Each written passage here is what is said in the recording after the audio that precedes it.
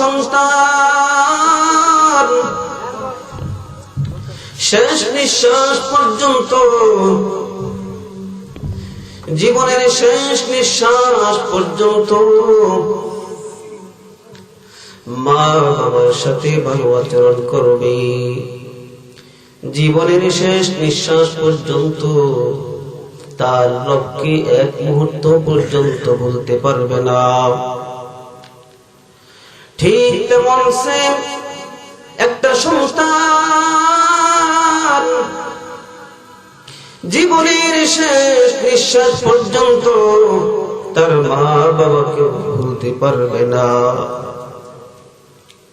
যতদিন জীবিত থাকবে ততদিন মা বাবার সাথে ভালো আচরণ করবে।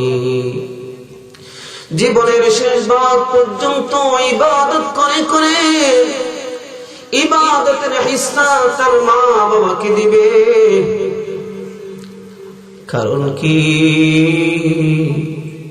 কারণ হলো মা বাবার মাধ্যম ব্যতিরেকে আল্লাহ পাক দুনিয়াতে কোনো মানুষ পাঠান না। বাবার মাধ্যম ছাড়া দুনিয়াতে কোনো মানুষ আসে কোনো মানুষ? মা বাবার মাধ্যম ব্যতিরেকে আল্লাহ পাক দুনিয়াতে কোনো মানুষ পাঠান না।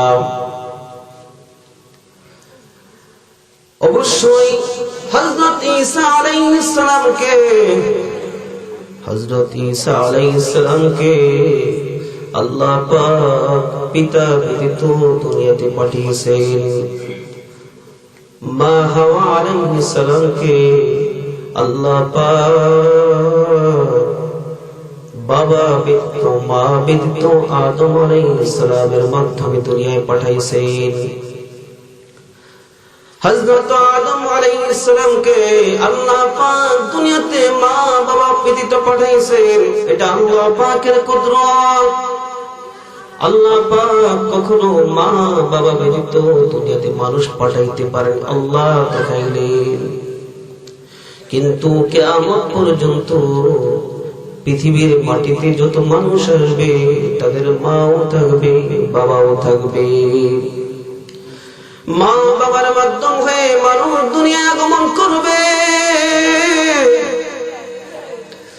যাদের মাধ্যম হয়ে পৃথিবীর আলো বাতাস তুমি পাইলে, ও মুসলমানি বান্দা,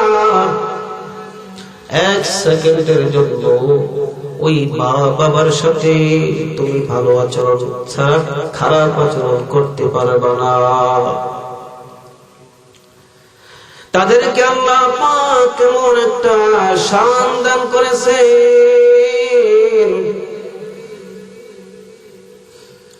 রবের ইবাদত যেমন মৃত্যু পর্যন্ত করতে হয়, তেমন মা বাবার সাথে ভালো আচরণ মৃত্যু পর্যন্ত করতে হয়। মা বাবার সাথে ভালো আচরণ মৃত্যু পর্যন্ত করতে হয়। যদিও মা বাবা কাফের হয়, তারপরও মা বাবার খেদমত করা সন্তানের জন্য ফরজ। মা বাবার খেদমত করা সন্তানের জন্য ফরজ। তোমার মা বাবা যদি কাফের হয়, যদিও মা বাবা ফাসিক হয়, তারপরও তাদের কষ্ট দেওয়া যাবে না। যদিও মা বাবা জালেম হয়, তোমার উপরে জুলুম করে, তারপরও মা বাবারে কষ্ট দেওয়া যাবে না। কারণ মা বাবা যদি কাফের হয়, ফাসিক হয়, জালেম হয়, তারপরও মা বাবার দোয়া সন্তানের জন্য দুনিয়ার সকল মানুষের চাইতে বেশি পাওয়ার পর, ঠিক না বেঠি? মুসলমান ইমানদার, মা বাবার সাথে খারাপ আচরণ করা যাবে না। কারণ পীরের দোয়ার চাইতে পীরের দোয়া যতটুকু কবুল হবে, গুনাহগার মায়ের দোয়া তার চাইতে বেশি কবুল হবে। ওলি বুজুর্গদের দোয়া তোমার জন্য যতটুকু কবুল হবে, তোমার বাবার দোয়া তার চাইতে বেশি কবুল হবে। ঠিক না বেঠিক? কারণ মা বাপ তোমার শ্রেষ্ঠ সম্পদ।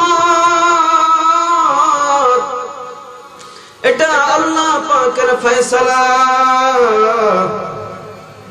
আল্লাহ পাকের ফয়সালা হলো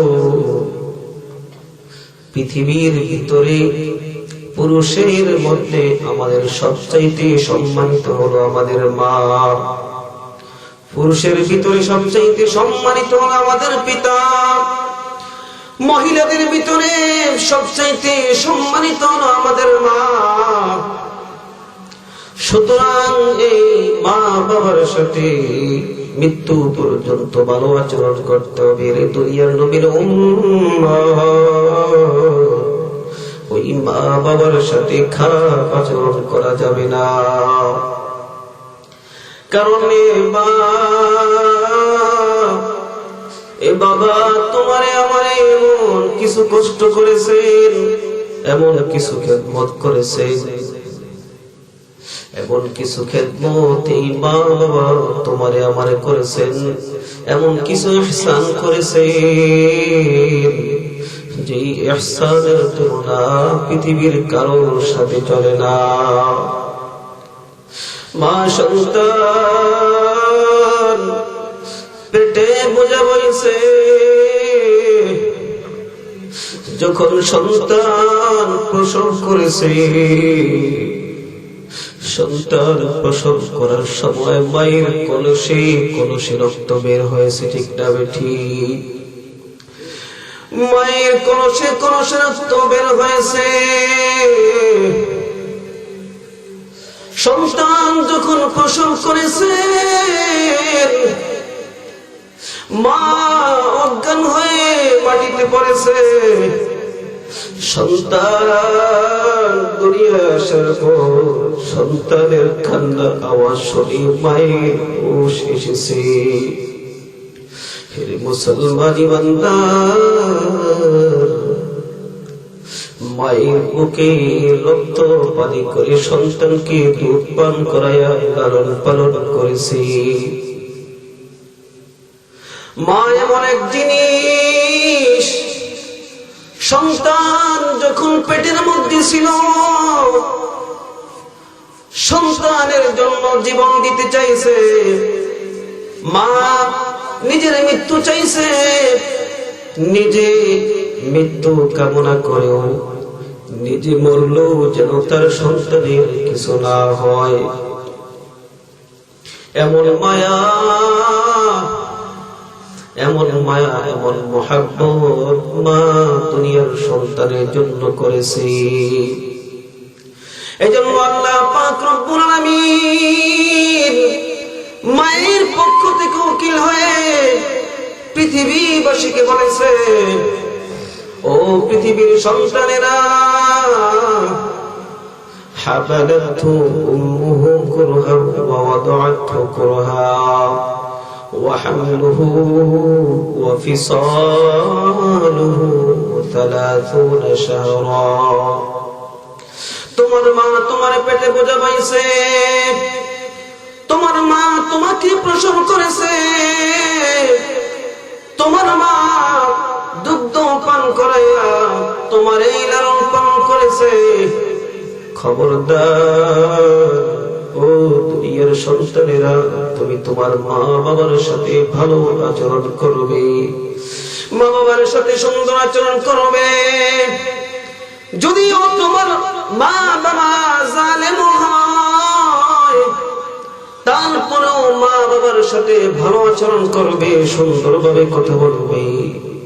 আল্লাহ ডাক দিয়ে বলেন, লা তাকুল লাহুমা উফিন ওয়া লা তানহারহুমা ওয়া কুল লাহুমা কওলান কারীমা। তোমার মা বাবার সাথে ভালো আচরণ করবে, তোমার ব্যবহার শুনে, তোমার কথা শুনে মায়ের যেন মনের মধ্যে দুঃখ না আসে, দুঃখের কারণে মা যেন উফ শব্দটা না বলে। এরে বান্দা, মায়ের যদি অন্তর থেকে উফ শব্দটা বইলা ফেলায়, জীবন কিন্তু দুর্ধ্বংস। এর যুবক, ভালো করে শুনিয়া মায়ের জীবনে কষ্ট বিস্তার, বাবার কষ্ট বিস্তারের যুবক। এই যুবক, কারণ আল্লাহ রাব্বুল আলামিন বলেছেন, বান্দা তোর জান্নাত কিন্তু আমি আল্লাহ তোর মায়ের বাবার পায়ের নিচে রেখে দিছি।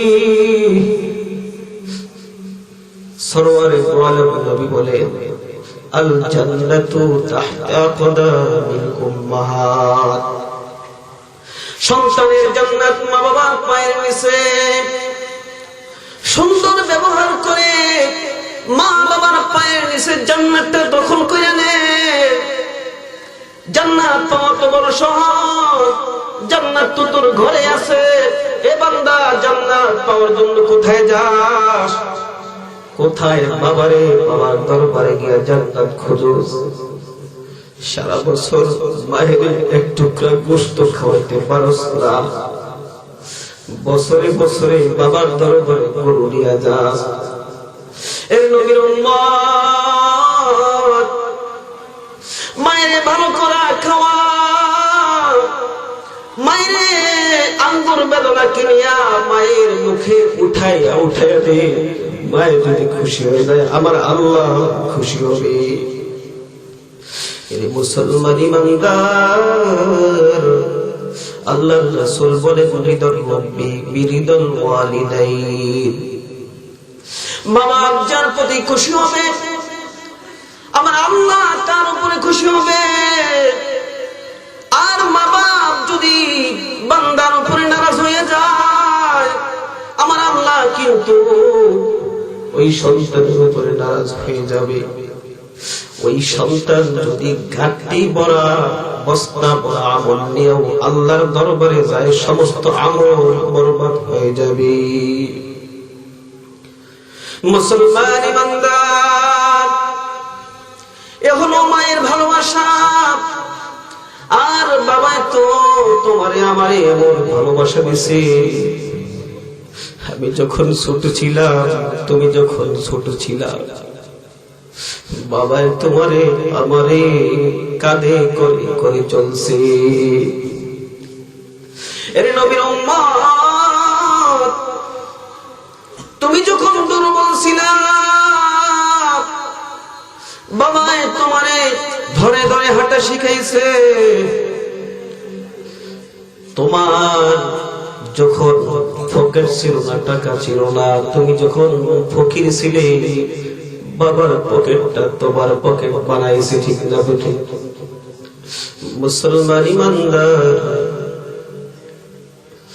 বাবা নিজের পকেটের টাকা তোমার জন্য ব্যয় করেছে। এর মুসলমান, বাবা এমন এক বাবা, এমন এক সম্পদ, এমন এক সম্পদ। বাবা নিজে ছেঁড়া কাপড় পরিধান করছে, ছেঁড়া লুঙ্গি পরছে। এর যুবক, কিন্তু তোমারে ভালো কাপড় পরায়, ঠিক না বেঠি? বাবায় সারাদিন রিক্সা চালায়, ভ্যান চালায়। ঈদের দিন বাবাই নিজে ছেঁড়া কাপড় পরিয়ে গায়ে যায়, আর সন্তানের শরীরের মধ্যে নতুন কাপড় পরাইছে। এর মুসলমান ইমানদার, বাবাই অসুখে অসুখে ধুকে ধুকে মরছে, কিন্তু তোমারে ওষুধ না খায়া বাবাই তোমারে লেখাপড়া করাইছে, ঠিক না বেঠি? মুসলমান ইমানদার, ঢাকার শহরের মধ্যে বাস্তব ঘটনা। একজন বৃদ্ধ 70 বয়সের মতো হবে, ওই বৃদ্ধ রিক্সা চালায়। ডাক দিয়ে বলে, বৃদ্ধ তোমার কি সন্তান নাই? তুমি কেন রিক্সা চালাও? বলে, আমার সন্তান আছে, আমার একটা ছেলে আছে, বিবাহ করে স্ত্রী নিয়ে কোথায় আছে আমি জানি না। বলে আমার একটা মেয়ে আছে, মেয়েটাকে বিবাহ দিয়েছি, মেয়েটাকে বিবাহ দেওয়ার পর শান্তিতে নাই, জামাই যৌতুকের টাকার জন্য মেয়েটাকে চাপাচাপি করতেছি। এই বৃদ্ধ বয়সে মেয়ের মুখে হাসি ফোটানোর জন্য, মেয়ের জীবনটাকে সংসারটাকে বাঁচানোর জন্য আমি বাবা 50,000 টাকা জোগাড় করার জন্য রিস্কা নিয়ে বের হয়ে গেছি। সুবহানাল্লাহ। জিমায় গেছেন আপনারা? মুসলমান ইমানদার, এ হলো বাবার মোহাব্বত। মায়ের মোহাব্বত তো আরো বেশি, মায়ের মোহাব্বত তো আরো বেশি, আরো উচ্চ। কারণ আল্লাহ পাক মায়ের দিলে সন্তানের জন্য এত ভালোবাসা দিছে।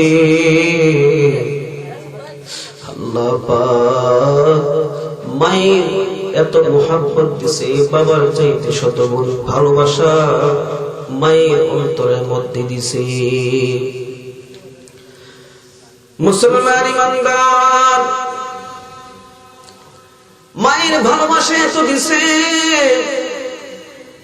এ কারণেই তো দেখা যায় সন্তান যদি মা বাবার আগে দুনিয়া থেকে চলে যায়, সন্তান যদি মারা যায়, আল্লাহ পাক ওই মৃত সন্তানকে কবর নামানোর জন্য বাবাকে বলেছে, মাকে বলে নাই।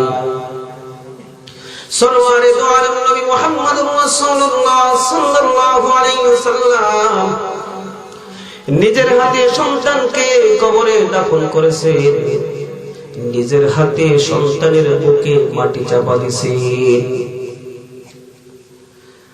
আল্লাহ রাব্বুল আলামিন পৃথিবীর বাবার জাতকে সন্তানকে দাফন করতে বলেছেন।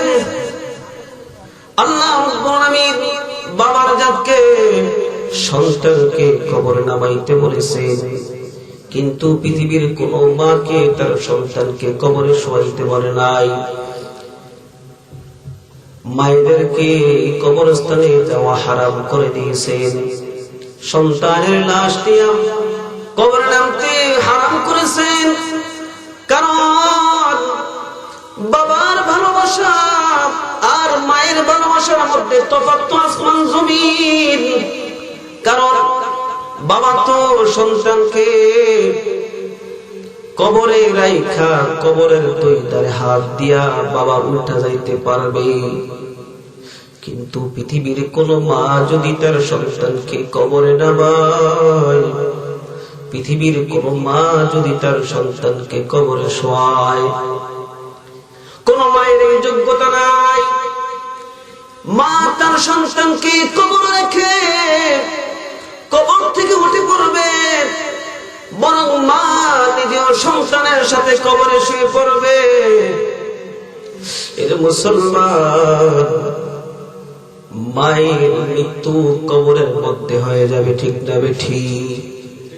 কারণ আল্লাহ পাক মায়ের অন্তরের মধ্যে সন্তানের আজব এক ভালোবাসা, আসমানের মালিক আল্লাহ মায়ের দান করেছেন।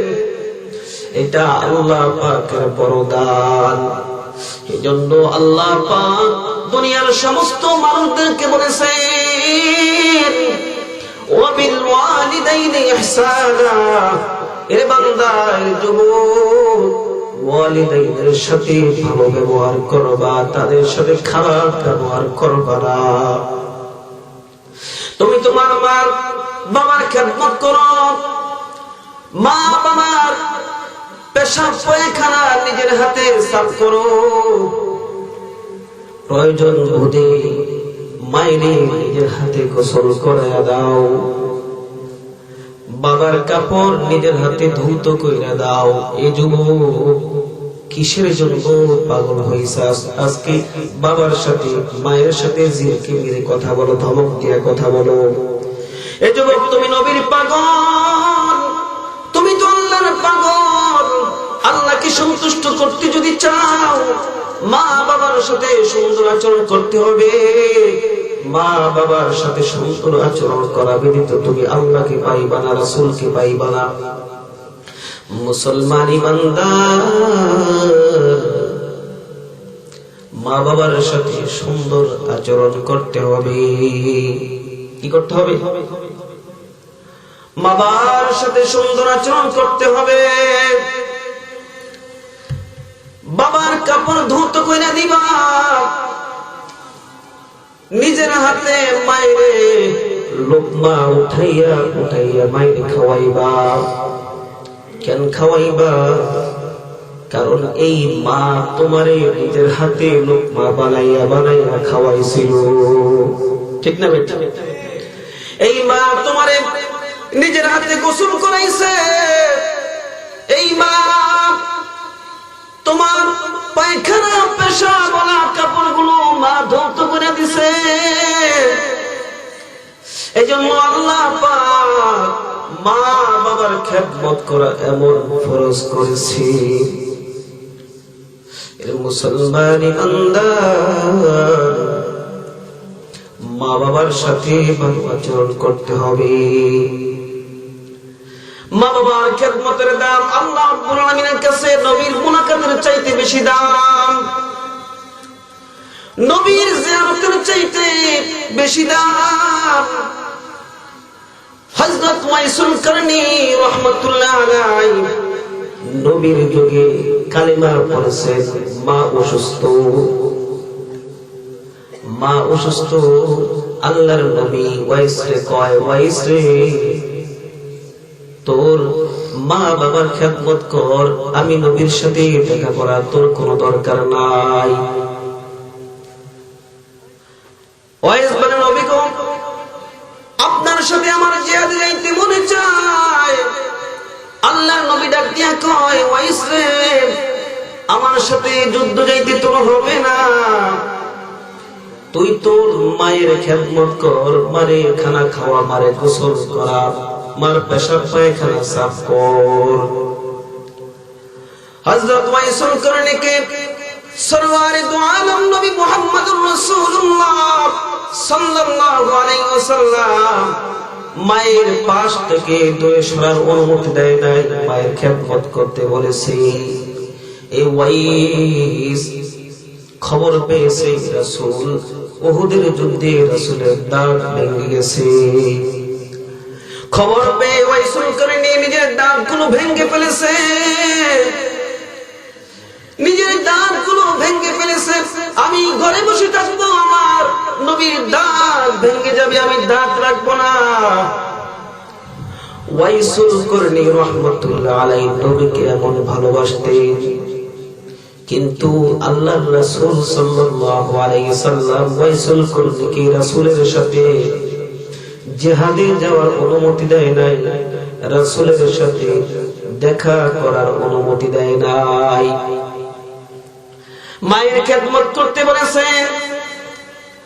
এ মুসলমান ইমানদার, আল্লাহর নবীর সাথে যদি কোন মুসলমান ঈমানী অবস্থায় দেখা করে, তার নাম হয়ে যায় সাহাবী। সাহাবীর কত দাম, কত দাম! আমার আল্লাহ বলেন, যারা সাহাবী আমি আল্লাহ তাদের উপরে খুশি হয়ে গেছি, তাদেরকে জান্নাতের মেহমান বানায় দিছি। সুবহানাল্লাহ। মুসলমান ইমানদার, হযরত ওয়াইসুল কারনী রাহমাতুল্লাহ আলাইহি, ব্যাপারটা কি সাউন্ড বাড়ান কি লাগা এক অবস্থা থাকে না? ওয়াইসুল কারনী রাহমাতুল্লাহ আলাইহি মায়ের খেদমত করিয়া নিচে পড়ে নাই। ওয়াইসুল কারনী রাহমাতুল্লাহ আলাইহি এখন যে অবস্থা থাক, ওয়াইসুল কারনী রাহমাতুল্লাহ আলাইহি মায়ের খেদমত করে নিচে পড়ে নাই। আল্লাহর নবী ইন্তেকালের পূর্বে হযরত ওমর রাদিয়াল্লাহু তাআলা কে ডাক দিয়ে বলে, ওমর আমার একজন পাগলা আশিক আছে। কি আছে? আমার একজন পাগলা আশিক আছে। বলে এই আশিক মায়ের খেদমত করতে যাইয়া আমি নবীর সাথে দেখা করতে পারে না, মায়ের খেদমত করতে যাইয়া আমি নবীর সঙ্গে যুদ্ধে যাইতে পারে নাই, জিহাদের ফজিলত অর্জন করতে পারে নাই, দুনিয়ার সবকিছু অর্জন করেছে, আমি নবীর সাথে দেখা করতে না পারার কারণে সাহাবীর মর্যাদা লাভ করতে পারে নাই। এরে ওমর, আমি ওই ওয়াইসরে মৃত্যুর পূর্বকালে আমি ভুলি নাই, বলতে পারি না। আমি নবী মৃত্যুর পূর্বে আমার গায়ের জুব্বাটা ওয়াইসরে দিলাম, আমার গায়ের এই জুব্বাটা ওয়াইসকে আমার পক্ষ থেকে দিবা, আর তার মায়ের দাফনের পরে সে যখন আমার জিয়ারতের জন্য আমার কবরের পারে দাঁড়াইবে, আমার কবরের পারে দাঁড়াইলে তাকে আমার পক্ষ থেকে সালাম দিবা। এর দুনিয়ার উম্মত, আমার নবী দুনিয়ার সকল মানুষের চাইতে বেশি দামি, আমার আল্লাহর কাছে সমস্ত সৃষ্টি জগতের চাইতে বেশি দামি। আমার নবী এত দামি হয়ে সাধারণ একজন মুসলমান উম্মতকে সালাম জানায়। এর নবীর উম্মত, ওই মুসলমানটা আল্লাহর কাছে নবীর কাছে কত দামি। মুসলমান ইমানদার, আল্লাহর নবী কয় হইছে তুমি নিজেও ওমর, তুমি নিজেও ওয়াইসুল করনি থেকে দোয়া লইবা, আর ওয়াইসকে বলবা আমার গুনাহগার উম্মতের জন্য যেন দোয়া করি, কারণ তার জবানটা এত দামি হইছে। আল্লাহ রাব্বুল আলামিন, আল্লাহ রাব্বুল আলামিনের কাছে ওয়াইসুল করনির জবানটা এত দামি হইছে মায়ের খেদমত করার কারণে। এই ওয়াইস যদি দুনিয়ার কোন ভাষা শব্দ বের করে তার জবান থেকে, আসমানের মালিক আল্লাহ ওই দোয়াটা ফেরত দিবে না। সুবহানাল্লাহ। তো মুহাব্বতের সঙ্গে জিকির করি, লা ইলাহা ইল্লাল্লাহ, লা ইলাহা ইল্লাল্লাহ, লা ইলাহা ইল্লাল্লাহ, মুহাম্মাদুর রাসূলুল্লাহ সাল্লাল্লাহু আলাইহি ওয়াসাল্লাম। চলবে, থাকবেন তো আপনারা ইনশাআল্লাহ। আল্লাহ তাআলা সকলকে কবুল করুক, সকলেই বলুন আমিন। মুসলমান ভাইরা আমার, এই মায়ের জাতিকে আল্লাহ রাব্বুল আলামিন এত সম্মান দিয়েছে। এর দুনিয়ার মুসলমান ইমানদার, শুধু তাই নয়, মায়ের খেদমত করার কারণে জান্নাতের মধ্যে দুনিয়ার একজন সাধারণ মানুষ হয়েও সে নবীর সঙ্গী হবে। সুবহানাল্লাহ। হযরত মুসা আলাইহিস সালামকে আল্লাহ পাক জান্নাতের মধ্যে একজন কসাইয়ের সাথে থাকতে দিবেন। কিসের সাথে? শুনে আপনাদের অবাক লাগছে না? আল্লাহর নবী মুসা আলাইহিস সালাম আল্লাহ রাব্বুল আলামিনকে ডাক দিবেন, আল্লাহ কাল কঠিন কিয়ামতের ময়দানে বিচার হওয়ার পরে মানুষগুলোকে যখন আল্লাহ তুমি জান্নাত দিবা, ও আমার মালিক বলো তুমি আমাকে কার সাথে জান্নাত দিবা, জান্নাতে আমার কে সঙ্গী হবে? আল্লাহর নবীর কথা শুনে হযরত মুসা আলাইহিস সালাম, আল্লাহর নবী হযরত মুসা আলাইহিস সালামের কথা শুনে আল্লাহ পাক ডাক দিয়ে বলেন, মুসা জান্নাতে তোমার সঙ্গী হবে একজন কসাই। কি হবে? কসাই জান্নাতে সঙ্গী হবে। হযরত মুসা আলাইহিস সালাম তো আশ্চর্য হয়ে গেছে, কি রে, দুনিয়ার 5 নবী সর্বশ্রেষ্ঠ, তার মধ্যে আমি একজন, 4টা কিতাব সর্বশ্রেষ্ঠ, তার মধ্যে আমাকে একটা কিতাব দেওয়া হয়েছে সর্বশ্রেষ্ঠ, কিন্তু জান্নাতে আমার থাকতে দিব কসাইয়ের সাথে, ব্যাপারটা হযরত মূসা আলাইহিস সালাম কারণ যখন জিজ্ঞেস করলেন, আল্লাহ তাআলা বললেন কারণ কি তুমি নিজেই দেখে আসো। মূসা আলাইহিস সালাম বললেন যে আল্লাহ ঠিক আছে, ঠিকানা দাও। ঠিকানা দিলেন, অমুক বাজারে দাও। বাজারে গেলেন, গিয়ে দেখেন হযরত মূসা আলাইহিস সালাম সারাদিন ওই কসাইকে ফলো করলেন। দেখেন কসাইয়ের আলাদা কোনো বৈশিষ্ট্য নাই, খালি গোশত কোপায়। কি কোপায়? গোশত কোপায়, কোপাকুপি কাজ। আল্লাহর নবী মূসা আলাইহিস সালাম ধৈর্যের সাথে চিন্তা করলেন, আল্লাহ যেহেতু বলেছেন ঠিক আছে দেখি। মূসা আলাইহিস সালাম পর্যবেক্ষণ করতেছেন, কসাই সারাদিন গোশত কোপায়া সন্ধ্যা বেলায় গোশতের একটা পোটলা করে হাতে নিয়ে বাড়ির দিকে রওনা। মূসা আলাইহিস সালাম ওই ব্যক্তির পিছনে পিছনে রওনা।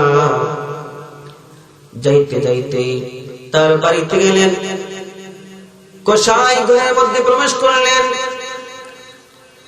আল্লাহর নবী মূসা আলাইহিস সালাম কসাইয়ের ঘরের সামনে, দরজার সামনে দাঁড়াইয়া করাঘাত করলেন। কসাই দরজা খুললেন, দেখেন মূসা আলাইহিস সালাম তার সামনে, দরজার সামনে দাঁড়ানো।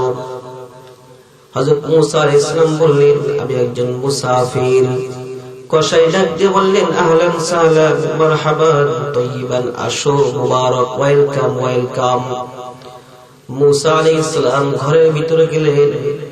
ঘরের ভিতরে যাওয়ার পর কসাই ডাক দিয়ে বলেন, এ মুসাফির তুমি এখানে বিশ্রাম করো, পাশের ঘরে আমার একটু কাজ আছে, আমি কাজটা সমাপ্ত করে আসি। ওই কসাই পাশের ঘরের মধ্যে গেলেন। পাশের ঘরের মধ্যে গিয়া একটা মাচাই থেকে একজন বৃদ্ধা মহিলাকে নামাইলেন। বৃদ্ধা মহিলাকে নামাইয়া নিজের হাতে ওই বৃদ্ধা মহিলাকে গোসল করাইছেন, নিজে গোশতগুলা রান্না করেছেন, ভাত পাকাইছেন, নিজের হাতে গোশতগুলা ভাতের সাথে মিশাইয়া মাখিয়া মাখিয়া ওই বৃদ্ধা মহিলার মুখের মধ্যে উঠাইতেছেন। বৃদ্ধা মহিলা খানাগুলো খায় আর চোখের পানে সরিয়া কান্দে, আর মাঝে মধ্যে মুস্কি মুস্কি হাসে। বৃদ্ধা মহিলাকে খানা খাওয়ানোর পরে ওই কসাই অবশিষ্ট খানাগুলো নিয়ে মূসা আলাইহিস সালামের সামনে আসলেন। আসিয়া বললেন, এ মুসাফির খানা খাও। মুসাফির হযরত মূসা আলাইহিস সালাম ডাক দিয়ে বললেন, এ যুবক, খানা আমি পরে খাবো, তবে জানতে চাই এই মহিলাটাকে। বলে এই মহিলাটা আমার জনম দুঃখিনী মা, এই মহিলাটার আমার এছাড়া দুনিয়ায় আর তার কেউ নাই, আর এই মহিলাটা ছাড়াও আমার কেউ নাই। বলে তোমার মা খানা খাইলো, চোখের পানি ছাড়লো, আর মাঝে মধ্যে মুস্কি হাসতে দেখলাম, আর বীর বীর বীর বীর করে যেন কি বলতেছে বুঝতে পারলাম না। বলে আমার মা আমার এই খেদমত পাইয়া এত খুশি হয়, খুশি হইয়া আল্লাহ পাকের দরবারে অনেকদিন যাবত একটা পাগলা দোয়া করে আসতেছে, কিন্তু আমি জানি এই দোয়া আল্লাহর দরবারে কিয়ামত রাত পর্যন্ত কোনদিন কবুল হবে না। বলে কি দোয়া করে? বলে আবার মা খুশি হইয়া আল্লাহর দরবারে ডাক দিয়ে বলে, আল্লাহ আমার সন্তান আমার জন্য যে খেদমত করে, ও মালিক আমার সন্তানের উপরে খুশি হইয়া আমি তোমার কাছে দোয়া করতেছি, আমার সন্তানকে তুমি জান্নাতে মূসা আলাইহিস সালামের সাথী বানায়া দিও। মুসলমান ইমানদার, হযরত মূসা আলাইহিস সালাম বুঝতে পারলেন কানেকশনটা কোথায়।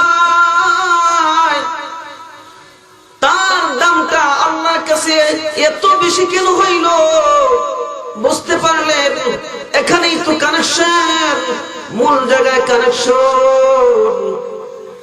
মায়ের সাথে যদি সন্তানের কানেকশন ভালো হয়ে যায়, আমার আল্লাহ তার সাথে সম্পর্কটা জুড়ায় দেন। সুবহানাল্লাহ।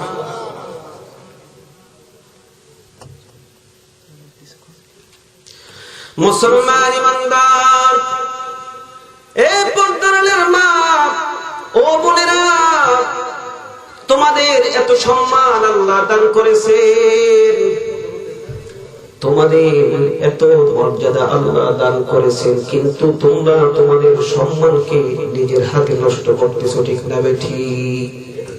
ঠিক কিনা বলেন? মুসলমান ইমানদার, এ যুবক, তুমি তো মুসলিম, তোমার সবচেয়ে বড় পরিচয় হলো তুমি মুসলিম। তুমি কোন দল করো সেটা তোমার বড় পরিচয় নয়। তোমার কবরে তোমার দল যাবে না। ঠিক না বেঠিক? তুমি আল্লাহকে বিশ্বাস করো, রাসূলকে বিশ্বাস করো, সুতরাং তোমার আল্লাহ এবং রাসূল এই কবরে যেতে হবে। আল্লাহ এবং রাসূলের কথাকে মূল্যায়ন করতে হবে। মুসলমান ইমানদার, আল্লাহ এবং রাসূলের মুহাব্বত নিয়া কবরে যেতে হবে। এরে মা, তুমি কেন আব্দুল কাদের জিলানী রাহমাতুল্লাহ আলাইহির মায়ের মতো হতে পারো না? 14 ফেব্রুয়ারির দিন বিশ্ব ভালোবাসা ওরফে বেহায়া দিবসের দিন তুমি কেন সন্ডা ঘন্ডা ফটকা যুবকের সাথে পার্কে দৌড়াও? কথা ঠিক কিনা বলি? 14 ফেব্রুয়ারি ভালোবাসা দিবস, এটা কি মুসলমানদের দিবস? বিশ্ব বেহায়া দিবস কার দিবস? ইংরেজ লাল কুত্তাদের দিবস। এ মুসলমান যুবক, 14 ফেব্রুয়ারির দিন তুমিও নিজে সাবধান হয়ে যাও, আর তুমি তোমার ঘরের দরজায় তুমি দারোয়ান হয়ে যাও। ওই দিন সারাদিন পাহারা দিবা, তোমার বোন যেন ঘর থেকে বের হতে না পারে। ঠিক না বেঠিক? এ বৃদ্ধ বাবা, এ বাবা, তোমার সন্তান, তোমার মেয়েটা যাতে ওই দিন ঘর থেকে বের হতে না পারে, সকলেই কোরআন তেলাওয়াত করবা, জিকির করবা, আল্লাহ রাব্বুল আলামিনের কাছে কান্না রোনাজারি করবা। এ মা, এ বোন, তোমাদের সম্মান তো আল্লাহ এবং আল্লাহর রাসূলের উপরে সবচাইতে বেশি সম্মান তোমাদেরকে দিয়েছে, পুরুষদেরকে নয়। এই সম্মান যদি অর্জন করতে হয়, এই সম্মান যদি অর্জন করতে চাও, আব্দুল কাদের জিলানী রাহমাতুল্লাহ আলাইহির মায়ের মতো হয়ে যাও। এই সম্মান যদি তুমি অর্জন করতে চাও, শাহজালাল ইয়ামানী রাহমাতুল্লাহ আলাইহির মায়ের মতো হয়ে যাও, খাজা মাইনুদ্দিন চিশতি রাহমাতুল্লাহ আলাইহির মায়ের মতো হয়ে যাও, তুমি পর্দানিশীল হয়ে যাও, তুমি একজন আল্লাহর ওলি হয়ে যাও। এই মা, পাত্র তোমাকে খুঁজতে হবে না, প্রেমিক তোমাকে খুঁজতে হবে না, জীবন সঙ্গী তোমাকে খুঁজতে হবে না, স্বামী তোমাকে খুঁজতে হবে না। তুমি যদি নেককার হয়ে যাও, তাহলে নেককার হওয়ার কারণে আল্লাহ রাব্বুল আলামিন বাদশার মতো লোক যদি হয়, অসম্ভাব্য জিনিস যদি হয়, তারপরও সেই জিনিস সম্ভব করে আল্লাহ তোমার জন্য মিলাইয়া দিবেন। সুবহানাল্লাহ। মুসলমান ইমানদার, তার জ্বলন্ত প্রমাণ হলো একজন সাধারণ জেলের মেয়ে হয়ে, একজন সাধারণ জেলের মেয়ে হয়ে নবী সুলাইমান আলাইহিস সালামকে স্বামী বানাইতে চাইছেন। কাকে? সুলাইমান আলাইহিস সালাম সাধারণ মানুষ নয়।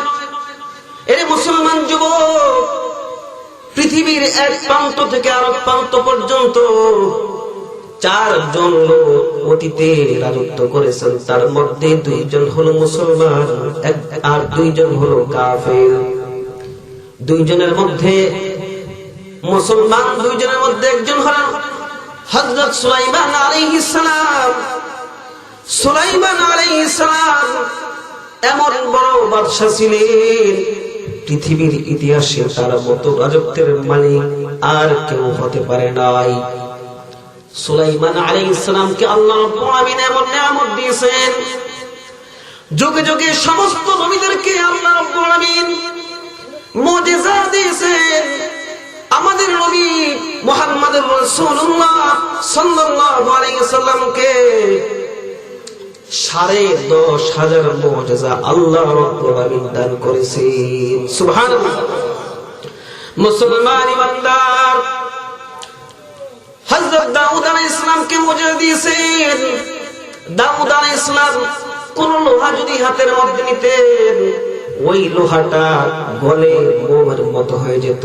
তিনি যা চাইতেন ওই লোহা দিয়ে তাই বানাইতে পারতেন।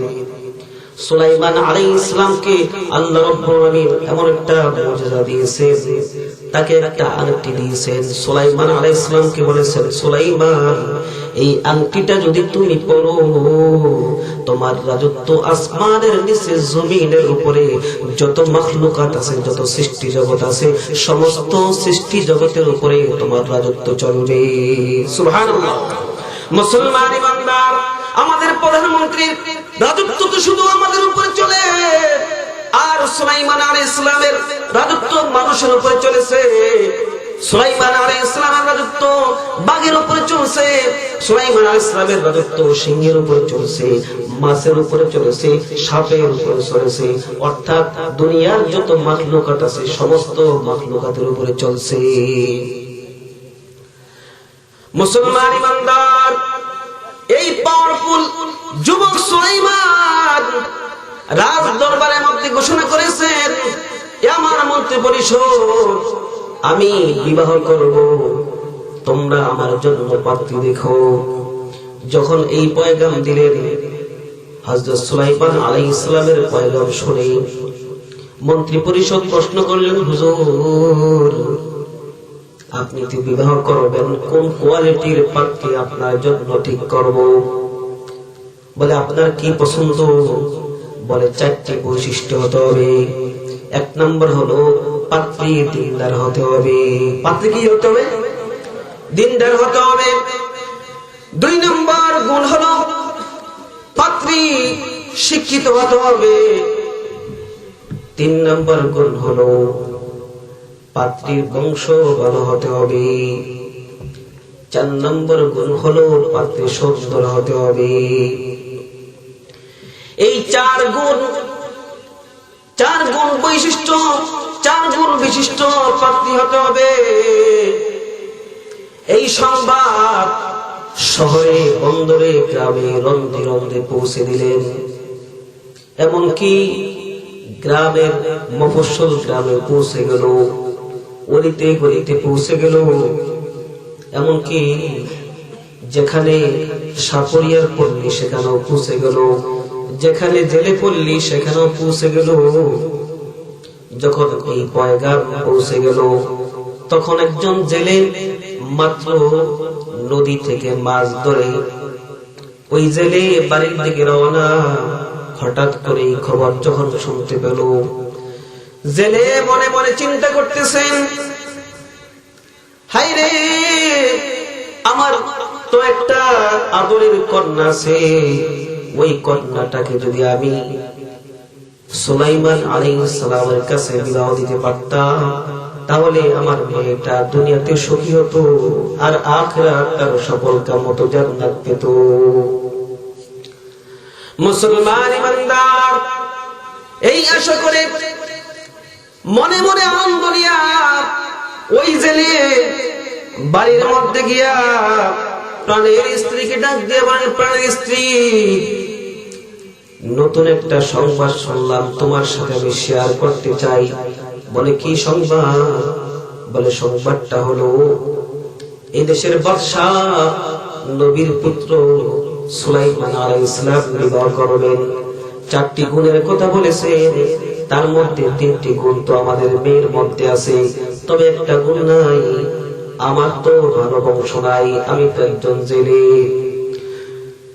স্বামীর কাছ থেকে যখন স্ত্রী এই খবর শুনলো, ডাক দিয়ে বলে, প্রাণের স্বামী, এই অসম্ভাব্য আশা তুমি করিও না। কোথায় তুমি একজন জেলে আর সারা বিশ্বের একজন বাদশার সাথে তোমার মেয়ের বিবাহ দেওয়ার দুঃসাহস তুমি কেমনে করো? বলে, যদি তুমি এই সংবাদ বাদশার কানে পৌঁছাও অথবা বাদশা শুনে, তাহলে তোমাকে জায়গার মধ্যে মার্ডার করে ফেলবে। তুমি শেষ, তারপর তোমার সাথে মনের আকুতিটা প্রকাশ করতেছি। বলে, দেশের বাদশা সুলাইমান, নবীর পুত্র সুলাইমান বিবাহ করবে। নবীর পুত্র সুলাইমান বিবাহ করবে। 4টি গুণের কথা বলেছেন, তার মধ্যে 3টি গুণ তো তোমার মধ্যে দেখতেছি। আমাদের বড় আশা ছিল তোমাকে তার সাথে বিবাহ দিতে, কিন্তু সম্ভব না। মা মেয়ের কাছ থেকে শুনে বলে, মা, আমিও বড় সফল কাম হইতাম, আমি যদি সুলাইমান আলাইহিস সালামের স্ত্রী হতে পারতাম, আমি যদি সুলাইমান আলাইহিস সালামের স্ত্রী হতে পারতাম, এই দুনিয়ার মধ্যে আমি সফল কাম হইতাম, আমি সুখী হইতাম, আর আখিরাত ও জান্নাতে নবীর সঙ্গে থাকতে পারতাম। আজকে দুনিয়ার মুসলমান মেয়েরা, মা বোনেরা, বড় আশ্চর্যের ব্যাপার।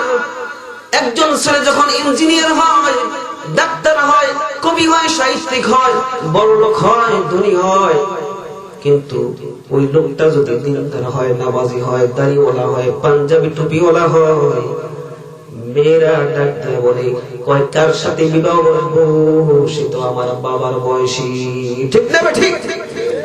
মুসলমান ইমানদার, এ মা, তুমি কি ভুলে গেছো তোমার নবীকে? তুমি কি ভুলে গেছো তোমার আল্লাহকে? তুমি কি আল্লাহ রাসূলকে নিয়ে জান্নাতে যাইতে চাও না? তোমার কবরটাকে কি জান্নাতের ঘর বানাইতে চাও না? তুমি কেন দিনদার ছেলে পছন্দ করো না?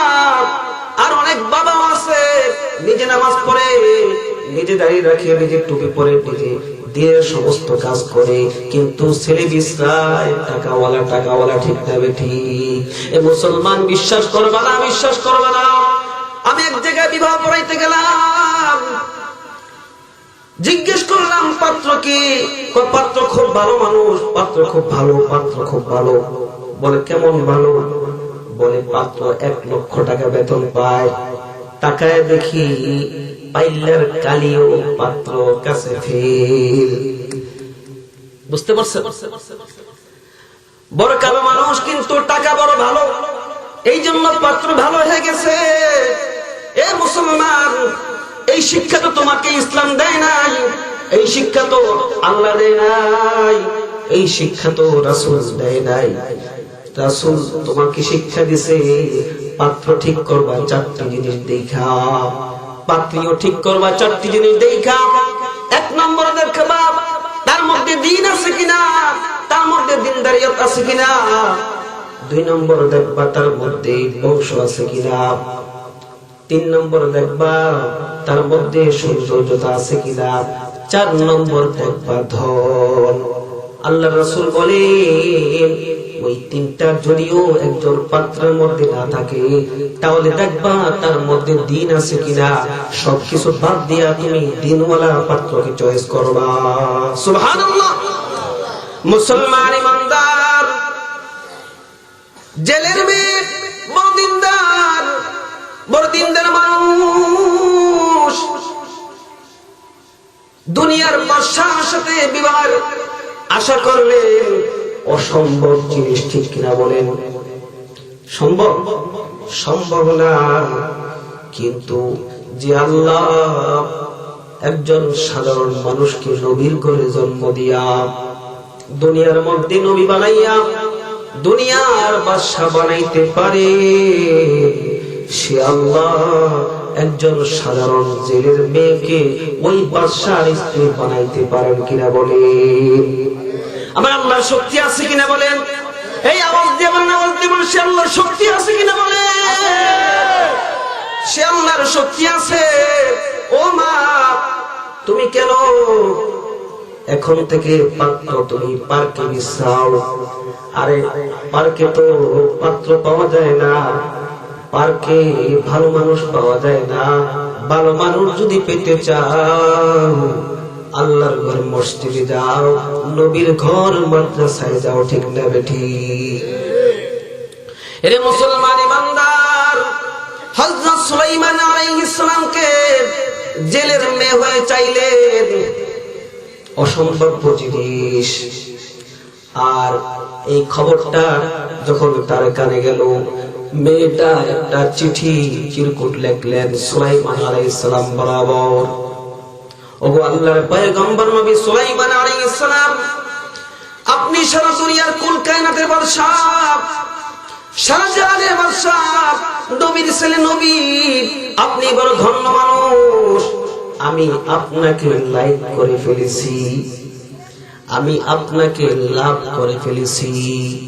হে মা, যদি লাভ করতে হয় তাহলে দিনদারকে লাভ করো, দুনিয়াও পাইবা তুমি, আখিরাতও পাইবা, ঠিক না বেঠি? মুসলমান ইমানদার, এই ইমাম শব্দকে দেখেন সাধারণ অবস্থায় চলে। ও মা, এই ইমাম শব্দকে দেখো ৫,০০০ টাকা বেতন পায়, কিন্তু আল্লাহ তাদের ৫,০০০ টাকার বেতনের মধ্যে এত বরকত দান করেন। ওই ইঞ্জিনিয়ার ৫০,০০০ ১,০০,০০০ টাকা কামাইয়াও এত বরকত পায় না, ঠিক না বেঠি? এরে মুসলমান মা বোনেরা, আলেম ওলামা, দিনদার, টুপিওয়ালা, দাড়িওয়ালা, বুজুর্গ মানুষের স্ত্রীরা যত সুখে আছে, পৃথিবীর কোন মানুষের বউরা এত সুখী নাই, ঠিক না বেঠি? যদি তুমি বিশ্বাস না করো তাহলে খবর নিয়ে দেখো। আরে বাংলাদেশের গৌরব, বাংলাদেশের গর্ব আল্লামা মামুনুল হক সাহেবকে আল্লাহ রাব্বুল আলামিন যেই সম্মান দিয়েছেন, আল্লামা হাফিজুর রহমান সিদ্দিক সাহেবকে যে সম্মান দিয়েছেন, আমার মনে হয় বাংলাদেশ কেন আমেরিকার প্রেসিডেন্টও এত সম্মান পায় না, ঠিক না বেঠি? আর দুনিয়ার এমপি মন্ত্রী, দুনিয়ার চেয়ারম্যান মেম্বার, দুনিয়ার প্রেসিডেন্ট প্রধানমন্ত্রীদেরকে তো মানুষ সম্মান করে অস্ত্রের ভয়ে, আর ওলামায়ে কিরামদেরকে মুহাব্বত করে অন্তর দিয়ে, ঠিক না বেঠি? মুসলমান ইমানদার, হযরত সুলাইমান আলাইহিস সালামকে জেলের মেয়ে চাইলেন, জেলের মেয়ে চিঠি পাঠায়া দিলেন। হযরত সুলাইমান আলাইহিস সালাম চিঠিটা পায় নাই, মন্ত্রী পরিষদ পাইছে। ৩ মাস পরে সুলাইমান আলাইহিস সালাম খবর নেওয়ার জন্য মন্ত্রী পরিষদকে মন্ত্রী সভায় ডাকছে। কিরে, কি খবর? আমি যে তোমাদেরকে একটা কাজ দিয়েছি, দায়িত্ব দিয়েছি, দায়িত্বটা কতটুকু পূর্ণ করেছো? মন্ত্রী পরিষদের চেহারার দিকে তাকানো যায় না। মন্ত্রী পরিষদের চেহারা বড় ভারাক্রান্ত, দুঃখজনক দেখা যায়, ধনী মলিন দেখা যায়, সবার চেহারার মধ্যে পেরেশানির ভাব। হযরত সুলাইমান আলাইহিস সালাম ডাক দিয়ে বলে, কিরে, পেরেশানির ভাব কেন? বলে, সম্মানিত বাদশা জানাতো না স্যার, কয় আপনি বিবাহ করবেন না আমাদেরকে আরেকটা করে করাইবেন। কয় কেন কেন, কি হয়েছে?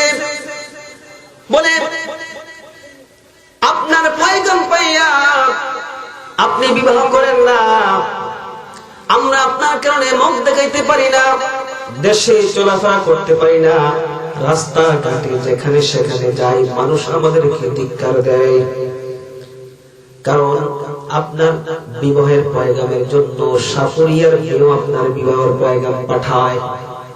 বলে, জেলের মেয়েও আপনার বিবাহের পয়গাম পাঠায়। হযরত সুলাইমান আলাইহিস সালাম ডাক দিয়ে বলেন, হ্যাঁ, এত বড় সাহস, জেলের মেয়েও আমার বিবাহের পয়গাম পাঠায়। আমি তো সারা দুনিয়ার বাদশা, নবী এই কথাটুকু বলছেন, এই কথাটুকু আমাদের সাধারণ মানুষের মুখ দিয়া সবসময় বাইর হয়, এটা আমাদের জন্য বড় ভুল নয়, কিন্তু নবীদের মুখে এই কথা মানায় না, আল্লাহ নারাজ হয়ে গেছে। ঠিক না ভাই? ঠিক। মুসলমান ইমানদার হযরত সুলাইমান আলাইহিস সালামকে পরীক্ষা শুরু করেছেন। আসলে মূল কথা হলো একজন দিনদার মেয়ের আর্তনাদ আল্লাহ কবুল করবেন, এটাই তার পরিচয়। আল্লাহ রাব্বুল আলামিন দুনিয়ার সমস্ত মেয়েদেরকে, মায়েদেরকে চোখে আঙ্গুল দিয়া দেখায় দিলেন, ও মা তোমাদের দাম কত, তোমরা যদি দিনদার হইয়া দুনিয়ার মধ্যে যা কিছু চাও আমি আল্লাহ তোমাদের ডাকে সাড়া দিতে প্রস্তুত। মুসলমান ইমানদার হযরত সুলাইমান আলাইহিস সালাম এই কথা বললেন, আল্লাহ পছন্দ করলেন না। হযরত সুলাইমান আলাইহিস সালাম তিনি গোসল করতে বাথরুমে যাবেন, ফ্রেশ হতে বাথরুমে যাবেন। আল্লাহ রাব্বুল আলামিন সুলাইমান আলাইহিস সালামকে বলছেন, সুলাইমান রে, তোমাকে যে আংটিটা দিয়েছি এই আংটিটা বড় দামি, বড় পবিত্র, এই আংটি নিয়ে তুমি বাথরুমে যাইতে পারবা না। তুমি যখন বাথরুমে যাও, বাথরুমে যাওয়ার আগে তুমি এই আংটিটা খুলে যাও, কারণ এই আংটিটা বড় পবিত্র জিনিস। হযরত সুলাইমান আলাইহিস সালাম আংটিটা একজন কর্মচারীর কাছে জমা দিয়া বলতেছেন যে আমি ওয়াশরুম থেকে আসলে তুমি আমাকে দিয়ে দিও। সুলাইমান আলাইহিস সালাম এর রাজপ্রাসাদে যখন বসতেন তার একটা অভ্যাস ছিল, তিনি একটা জিনকে তার সিংহাসন বরাবর দাঁড় করে রাখতেন আর তাকে বলে দিয়েছেন, তুমি সোজা সামনের দিকে তাকায় থাকবা, ডানেও তাকাইবা না, বামেও তাকাইবা না। তাফসীরের কিতাবে আসছে তার নাম হলো আসিফ। এই আসিফকে দায়িত্ব দিয়েছেন। হযরত সুলাইমান আলাইহিস সালাম যখন বাথরুমের মধ্যে গেলেন, বাথরুমে যাওয়ার পর তখন একটা বদজিন, বদ শয়তান তার মনের মধ্যে কুমন্ত্রণা জাগলো, কুমতলব জাগলো। তার নাম হলো সখরা। তার নাম কি? সখরা। সখরা জিন কিন্তু মানুষের রূপ ধারণ করতে পারে, জিন সমস্ত প্রাণীর রূপ ধারণ করতে পারে। আপনাদের জানা আছে কিনা বলেন? ওই সখরা মনের মধ্যে কুমতলব জাগলো। সখরা হযরত সুলাইমান আলাইহিস সালামের সম্পূর্ণ হুবহু সুরত ধরল, সম্পূর্ণ হুবহু সুরত ধইরা হযরত সুলাইমান আলাইহিস সালামের কর্মচারীর সামনে এসে বলে, এই কর্মচারী, আমি আমার হাম্মামের কাজ প্রয়োজন আমি সেরেছি, আমার আংটিটা আমাকে দিয়ে দাও। সুলাইমান আলাইহিস সালামের আংটিটা সুলাইমান মনে করে কর্মচারী দিয়ে দিলেন।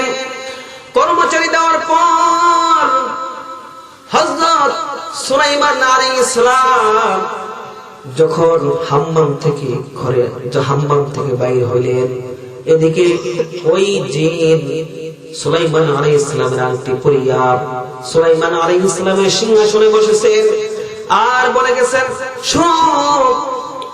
সবাইকে বলে দিয়েছেন এই রাজ্যের মধ্যে একজন নকল সুলাইমান আছে, ওই সুলাইমানকে যদি তোমরা কখনো কোথাও দেখতে পাও তাহলে আচ্ছা মতো পিটায়া তাকে লাশ বানায় দিবা। হযরত সুলাইমান আলাইহিস সালাম বের হলেন। সুলাইমান আলাইহিস সালাম বের হয়ে এবার আংটি যখন চাইলেন, ওই কর্মচারী বলেন, কে আপনি? বলে, সুলাইমানকে তো কিছুক্ষণ আগে আমি আংটি দিয়ে দিছি। সুলাইমান আলাইহিস সালাম বুঝতে পারলেন আমি পরীক্ষার সম্মুখীন হয়ে গেছি। সুলাইমান আলাইহিস সালামকে দেখে বললেন, ও বুঝছি তুমি তো নকল সুলাইমান। সুলাইমান আলাইহিস সালামকে বললেন, ঠিক আছে, আংটি যদি নিতে চাও তাহলে সামনে আসো। সামনে আসিয়া আংটি নাও। এখন যখন রাজদরবারের সামনে গেটের সামনে দাঁড়াইলেন, সমস্ত মন্ত্রী, এমপি, সেনাবাহিনী, পুলিশ, মিডিয়া তাকে আচ্ছা মতো ধোলাই করলেন, মারতে লাগলেন। মারতে মারতে তাকে লাশ বানায় দিলেন। সকলেই মনে করলেন সুলাইমান আলাইহিস সালাম মারা গেছে। এই চিন্তা করিয়া সকলেই তাকে নদীর পাড়ে ফেলে দিলেন। ওদিকে জেলে মাছ ধরে তার বাড়িতে যাইতেছে, দেখেন একটা সুন্দর টকবগে সুন্দর নুরানি চার একটা যুবক নদীর পারে পড়ে আছেন। জেলে তার শরীরের গামছাটা খুলিয়া ওই যুবকের শরীরের সমস্ত রক্তগুলো মুছিয়ে দেন, মুছিয়া তার মাথার উপরে পানি ঢালতে থাকেন। পানি ঢালতে ঢালতে যখন সুলাইমানের হুঁশ ফিরে আসলো, হুঁশ ফিরে আসার পর জিজ্ঞেস করেন, বাবা তোমার নাম কি, কোথা থেকে তুমি এসেছো, তোমার এই হালত কেন? হযরত সুলাইমান আলাইহিস সালাম চিন্তা করলেন, যদি আমি আমার সঠিক পরিচয় দেই সুলাইমান বলি, তাহলে এখনো আমার মার খাইতে হবে। এই জন্য একটা হিকমত অবলম্বন করলেন। সুলাইমান ডাক দিয়ে বলেন, ও বাবা, আমাকে মেরেছে, মারার কারণে আমার সঠিক বুদ্ধি জ্ঞান হারিয়ে গেছে, আমি কোথায় ছিলাম, আমার নাম কি আমি বলতে পারি না। বলে, বাবা আমাকে কি আপনি আপনার বাড়িতে একটু নিয়ে যাবেন? বলে, হ্যাঁ চলো চলো। হযরত সুলাইমান আলাইহিস সালাম ওই জেলের বাড়িতে চলে গেলেন। জেলের বাড়িতে যাওয়ার পর সুলাইমান আলাইহিস সালাম থাকতে থাকলেন 3 দিন থাকলেন। 3 দিন থাকার পর এখন সুলাইমান আলাইহিস সালাম পূর্ণ সুস্থ হয়ে গেলেন। পূর্ণ সুস্থ হওয়ার পর জেলেকে ডাক দিয়ে বললেন, বাবা আমি তো সুস্থ হয়ে গেছি, আমাকে একটু যেতে দিন, অনুমতি দিন, আমি চলে যাব। হযরত সুলাইমান আলাইহিস সালামের এই আবেদন শুনিয়া ওই জেলে ডাক দিয়ে বলে, বাবা তুমি বাড়িতে কেন যাইবা? বাড়িতে যাওয়ার দরকার নাই, তুমি আমার বাড়িতে থাকো আর আমার কর্মচারী হিসেবে চাকরি করো, আমি তোমাকে মাস শেষে 200 দিরহাম বেতন দিব। হযরত সুলাইমান আলাইহিস সালাম চিন্তা করলেন, বাড়িতে গিয়ে কি লাভ, আমাকে আবার মারবে, এখানে পড়ে থাকি তার চাইতে বেশি ভালো হবে। সুলাইমান আলাইহিস সালাম জেলের সাথে গিয়ে নদীতে জাল পারে আর কাজ করে আল্লাহ রাব্বুল আমিন নবীর বরকতে জেলের ইনকামের মধ্যে বরকত দিয়ে দিলেন। এখন মাছ আরো বেশি পাইতে থাকে। মুসলমান ইমানদার, হযরত সুলাইমান আলাইহিস সালাম এভাবে 3 মাস, কেউ বলেন যে 1 বছর অতিবাহিত করে। 1 বছর অতিবাহিত করার পর এবার জেলে সুলাইমান আলাইহিস সালামের আখলাক দেখে, ব্যবহার দেখে, চরিত্র দেখে, তার সৌন্দর্যতা দেখে মুগ্ধ হয়ে যান। জেলে 1 বছর পরে মনে মনে চিন্তা করলেন, হায় রে আমার তো একটা মেয়ে আছে, আমি তো চেয়েছিলাম এদেশের বাদশা সুলাইমানের কাছে আমার মেয়েটাকে বিবাহ দিতে, কিন্তু আমার মেয়েটাকে তো সুলাইমানের কাছে বিবাহ দিতে পারলাম না, তাহলে এই ছেলের কাছে বিবাহ দেই। এই চিন্তা করে হযরত সুলাইমান আলাইহিস সালামকে ডাক দিয়ে বলে, বাবা বলো আমাদের বাড়িতে কয়জন লোক আছে? বলে, আপনাদের বাড়িতে 3 জন লোক আছে, একজন হইলাম আমি, আর 2 জন হলেন আপনারা স্বামী স্ত্রী। হযরত সুলাইমান আলাইহিস সালাম যখন এই কথা বললেন তখন জেলে বলে, তোমার কি জানা নাই আমাদের বাড়িতে একজন মেয়ে আছে? বলে, বলেন কি? আমি তো কোনোদিন তার শব্দ পেলাম না, আওয়াজও পেলাম না, তার কোন কাপড় চোপড় আমি দেখলাম না, আপনাদের বাড়িতে মেয়ে আছে আমি তো জানতাম না। বলে, বাবা আমার এই মেয়েটা বড় দিনদার, বড় ফরেজগার, বড় সুন্দরী, বড় শিক্ষিত। বলে, চেয়েছিলাম এদেশের বাদশার কাছে আমার মেয়েটাকে বিবাহ দিতে, কিন্তু সুযোগ হয় নাই। আজকে আমার মনের বাসনা হলো তোমার সাথে বিবাহ দেওয়া। সুবহানাল্লাহ। মুসলমান ইমানদার, ঘটনা বড় লম্বা, সংক্ষিপ্ত করতেছি। হযরত সুলাইমান আলাইহিস সালাম যখন এই সংবাদ, এই প্রস্তাব পেলেন, প্রস্তাব পাওয়ার পর চিন্তা করলেন, এখন যদি না করি তাহলে সমস্যা। কি কারণে না করব? না করলে আবার মায়ের খাইতে পারি, সুতরাং মায়ের খাওয়ার চাইতে রাজি হয়ে যায়, তার চাইতে ভালো। হযরত সুলাইমান আলাইহিস সালাম প্রস্তাবে রাজি হয়ে গেলেন। রাজি হওয়ার পর এবার তাদের মধ্যে বিবাহ সংগঠিত হয়ে গেল। বিবাহ সংগঠিত হওয়ার পর স্বামী স্ত্রী বাসর ঘরে গিয়েছে, কিন্তু প্রথম দিন বাসর হয় নাই। দ্বিতীয় দিন হযরত সুলাইমান আলাইহিস সালাম এতদিন ছিলেন কর্মচারী, আজকে জামাই শ্বশুর 2 জনে মিলিয়ে এবার নদীর মধ্যে মাছ ধরার জন্য গেছেন। মাছ ধরতে গিয়া যখন জাল ফলাইলেন, জাল ফলানোর পর কি আশ্চর্য ব্যাপার, হযরত সুলাইমান আলাইহিস সালামের সেই ক্ষেতের মধ্যে 70টি নৌকার সমান মাছ উঠলো। সুবহানাল্লাহ। বলে কারণ কি? ওইদিকে নকল সুলাইমান রাজত্বের মধ্যে বসেছেন, সিংহাসনের মধ্যে বসেছেন। জিন তো ভালো মনের মানুষ না, জিন তো শয়তান। রাজ দরবারে সিংহাসনের মধ্যে বসিয়া শয়তানি শুরু হলো। 2 টাকার মাল 10 টাকা, 10 টাকার পেঁয়াজ 200 টাকা। ঠিক কিনা বলেন? মুসলমান ইমানদার এভাবে উল্টা পাল্টা শুরু করেছেন। আর সুলাইমানের রাজসিংহাসনের পাশে সোজা একজন জিন যে আসেফ নামে দাঁড়িয়েছিলেন, সেও মনে মনে চিন্তা করতে লাগলেন, কিরে সুলাইমান আলাইহিস সালাম তো উল্টা পাল্টা করে না, সেখানে তো উল্টা পাল্টা করতেছে। হযরত সুলাইমান আলাইহিস সালাম তো এরকম করতে পারে না, কি ব্যাপার? সে মনে মনে চিন্তা করিয়া নিয়ত করলো, আজকে সুলাইমান আলাইহিস সালাম না করেছিলাম তার দিকে তাকাইতে, কিন্তু আমি তাকাবোই, আজকে যা হওয়ার হয়েছে।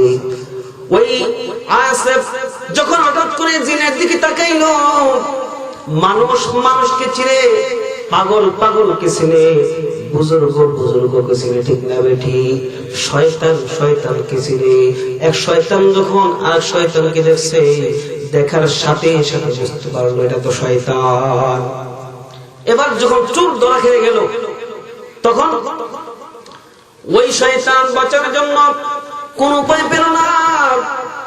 এবার তার হাতের মধ্যে যে আংটিটা ছিল, ওই আংটিটা নদীর মধ্যে ফেলে দিল, আর সেই হাওয়ার সাথে বাতাসের সাথে মিলে গেল। মুসলমান ইমানদার, আর যখন সেই আংটিটা ফেললো, ওই আংটিটা একটা বড় মাছে ভক্ষণ করলো। বড় মাছ যখন ভক্ষণ করলো, এই বড় মাছ তার মধ্যে বরকত ছিল, সৌন্দর্যতা শুরু হলো। নদীর সমস্ত মাছগুলা তার সৌন্দর্যতায় বিমুগ্ধ হইয়া তার পিছনে রওনা করলো। মাছ মনে করলো তারা সকলে মিলিয়ে আমাকে মারবে, সে এই জন্য সামনের দিকে পলায়ন করা শুরু করলো। আর পলায়ন করতে করতে সুলাইমান আলাইহিস সালামের ওই জালের নিচে এসে সমস্ত মাছগুলা ঢুকলো। সুবহানাল্লাহ। মুসলমান ইমানদার 70 নৌকা মাছ দিয়া এবার জামাই শ্বশুর খুব খুশি, শ্বশুর বেশি খুশি। শ্বশুর ওই মাছগুলোর মধ্যে যে বড় মাছটা আছে, ওই বড় মাছটাকে মেয়ের কাছে দিয়ে বলল, মা এই মাছটা তুমি কাটিয়া মাছটাকে সুন্দর করে পাকাইয়া তোমার স্বামীকে আজকে খাওয়াইবা, বাড়ির মেহমানদেরকে মেহমানদারি করবা। মেয়েটা মাছটা কাটতে লাগলো। হঠাৎ করে তাকায় দেখেন মাছের মধ্যে একটা আংটি। আংটিটা বড় সুন্দর করে মুছিয়া, সুন্দর করে ধৌত করিয়া একটা কাপড়ের মধ্যে পেঁচাইয়া মেয়েটা রেখে দিল। এবার যখন স্বামীর ঘরে গেল, রাত্রের বেলা বাসর হবে, ফুলসজ্জার রাত, স্বামীকে ডাক দিয়ে বলল, প্রাণের স্বামী। বলে দুনিয়ার মধ্যে কত স্ত্রী তার স্বামীকে গিফট করে, আর স্বামীও স্ত্রীকে গিফট করে। বলে আমি আজকে তোমাকে একটা আশ্চর্যজনক জিনিস তোমাকে গিফট করব। বলে তুমি চক্ষু বন্ধ করো। হযরত সুলাইমান আলাইহিস সালাম চক্ষু বন্ধ করলেন, আর মেয়েটা ওই সুলাইমান আলাইহিস সালামের হাতের মধ্যে আংটিটা পরায় দিলেন। সুবহানাল্লাহ। মুসলমান ইমানদার, হযরত সুলাইমান আলাইহিস সালাম তিনি চক্ষু নিয়ে দেখেন তার আংটি তার হাতেই এসেছে। সুলাইমান আলাইহিস সালাম আল্লাহকে ডাক দিয়ে, আল্লাহ তুমি আমাকে রাজ দরবার থেকে বাইরে করলা, রাজ দরবারে মানুষগুলো দিয়া তুমি আমাকে পিটাইলা, আর নদীর পারে তুমি আমাকে ফালাইলা, ওখান থেকে জেলের ঘরে আনলা, জেলের ঘরে আনিয়া জেলের মেয়ের সাথে বিবাহ দিলা। কি পরীক্ষা বুঝতে পারলাম না। এবার মহিলাকে মেয়েকে ডাক দিয়ে বলেন, প্রাণের স্ত্রী তোমাকে একটা প্রশ্ন করতে চাই। বলে কি প্রশ্ন? বলে প্রশ্নটা হলো, তুমি বিবাহের আগে কাউকে কি লাভ করেছো, ভালোবেসেছো? বলে হ্যাঁ, ভালোবেসেছিলাম। একজন মানুষকে বড় মহব্বত করতাম, 1 বছর পর্যন্ত আমি তার জন্য তাহাজ্জুদ নামাজ পড়ে কেঁদেছি।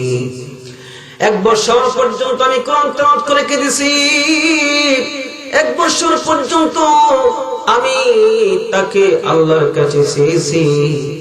আল্লাহকে ডাকতে বলেছ, মালিক, মৃত্যুর আগ পর্যন্ত তুমি আমার কাছে যতক্ষণ না পর্যন্ত সুলাইমানকে পাঠাইবা, যতক্ষণ না পর্যন্ত আমি সুলাইমানের স্ত্রী হতে পারবো, ততক্ষণ পর্যন্ত তুমি আমার কাছে মালাকুল মউত আজরাইলকে পাঠাইও না। সুবহানাল্লাহ বলেন।